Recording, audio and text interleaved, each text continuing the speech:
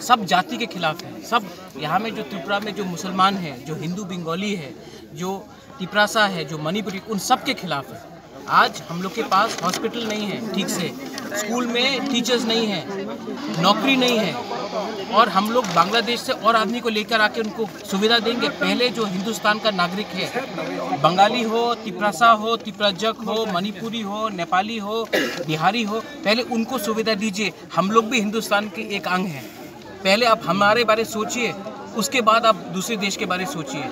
ये आज हम लोग का सिद्धांत है। और सिटीजनशिप अमेंडमेंट बिल जो उन्होंने लोकसभा में पास किया है और राज्यसभा में लाएंगे, हम उनको दिखा देंगे कि हम लोग छोटा हो सकते हैं, एक छोटा राज्य हो सकते हैं, लेकिन हम किसी से कम नहीं। और इसमें सिर्फ बुबागरा नहीं है, इसमें हर एक तिपरासा है। ये एक तिपरासा का है।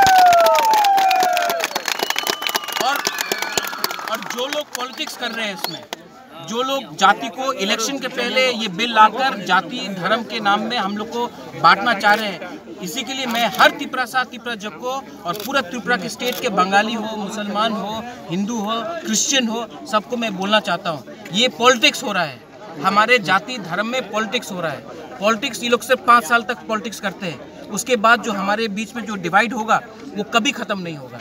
इसके लिए हम पूरा हिंदुस्तान, शिवसेना आज इसके खिलाफ है, जनता दल यूनाइटेड इसके खिलाफ है, असम गण परिषद इसके खिलाफ है, मेघालय में, नागालैंड में, मिजोरम में और त्रिपुरा में भी हम लोग खिलाफ है। ये अलग बात है कि हम लोग का जो पॉलिटिकल पार्टी है उनको आज थोड़ा डर है सरकार के खिलाफ बोलने के लिए, जो सरकार में है। मैं आवेदन करता हूँ कि हमारे जो एमएलए हैं, पहले जाति के बारे में बात बोलिए, बाद में पार्टी के बारे में बात बोलिए। ये है तिपरासा का कल्चर।